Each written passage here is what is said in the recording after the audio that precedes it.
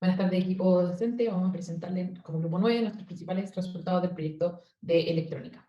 A modo de introducción, se sabe que un filtro LTI es lineal porque la amplitud de su señal de salida es proporcional a la señal de entrada y además si sumamos dos señales y la ingresamos al filtro, la salida es la misma que la suma de estas señales por separado. Se dice que es invariante en el tiempo porque si hago ocurrir una misma operación, esta debería ser independiente del tiempo. ¿Por qué es importante esto para el audio? Porque son los únicos que no agregan componentes espectrales. Para esta investigación se realizó la búsqueda del filtro FAS, que tiene que ver con el corte de la señal y hace un efecto de saturación, del filtro trémolo, que hace un efecto de temblor y tiene que ver con la amplitud y el volumen de la señal, y finalmente del filtro WA, que es el escogido y es el que veremos a continuación. El pedal WA es un filtro pasabanda RLC con frecuencia central variable. La idea del filtro es imitar el sonido WA que producen las trompetas al conectar la sordina, que el trompetista puede controlar de forma manual. Esta sordina fue inventada por Clay McCoy, un famoso trompetista, mientras que el pedal de guitarra fue inventado por Brad Plunkett, quien a partir de un amplificador Vox y un potenciómetro dio origen al filtro WA para luego convertirlo en el pedal Vox Clay McCoy. A continuación se puede escuchar el efecto del pedal WA.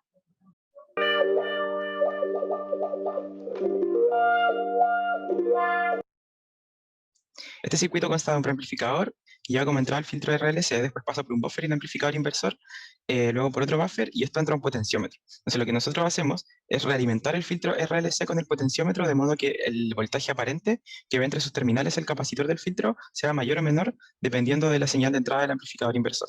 De este modo podemos variar a partir de la resistencia o a través del cambio de una resistencia la capacitancia aparente del capacitor.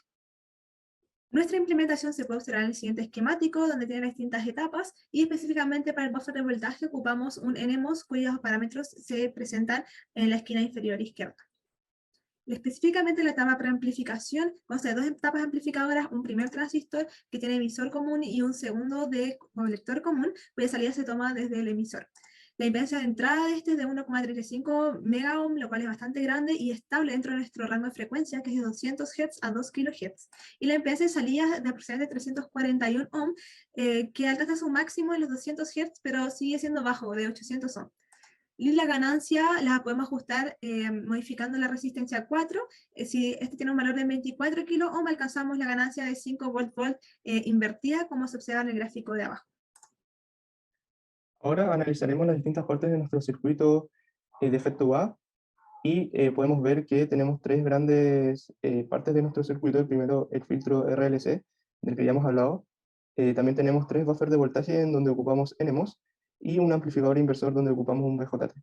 Para el caso de los buffers de voltaje, encontramos una ganancia de Gm por R, en donde para que esto sea igual a 1, encontramos que R sea igual a 25 ohms, con Gm igual a este valor. Para el caso del amplificador inversor, calculamos sus parámetros y encontramos una ganancia de menos 143 volt partido en volt, que es cercana a la que queríamos obtener de menos 100. Para ahora, bueno, muestro el cálculo de la impedancia de entrada, donde obtuvimos un valor de 500 kilos, y para la impedancia de salida obtuvimos un valor de 25 ohms. Acá muestro un diagrama de Bode de la respuesta de frecuencia en frecuencia de nuestro circuito, cambiando el valor del capacitor, y vemos que se parece mucho al diagrama de Bode que mostramos al inicio. Ya está nuestra simulación de circuito, ahí consta un preamplificador y la etapa del WA. Entonces vamos a correr la simulación. Ahí tenemos nuestro voltaje de entrada que va entre 0 y 150 milivolts. Entonces podemos ver que a la salida del preamplificador tenemos efectivamente la ganancia de 5 volt por volt. Luego podemos ver el funcionamiento de los buffers de voltaje. Por ejemplo, acá en la salida de la etapa inversora tenemos esta señal de voltaje y la podemos comparar acá con la salida. Vamos a ver que es exactamente la misma. Entonces se dice que tenemos una ganancia unitaria. Acá tenemos nuestro amplificador inversor, que tenemos nuestra alta ganancia. Ahí se puede observar también la diferencia entre las magnitudes. Y finalmente nuestro voltaje entra acá a la etapa de realimentación del capacitor. Y podemos ver en este caso una señal con ciertos pics. Estos pics corresponden justamente a cuando la banda pasante se encuentra sobre los 300 Hz. Bueno, por último, acá tenemos otro audio de prueba. Sacamos la señal sinusoidal y pusimos estos audios que corresponden a una guitarra tocada por los integrantes del grupo.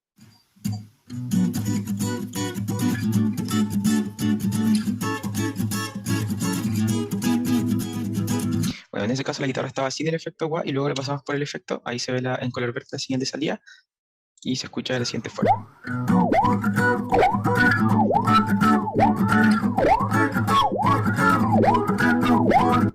Y bueno, eso sería nuestra presentación. Muchas gracias.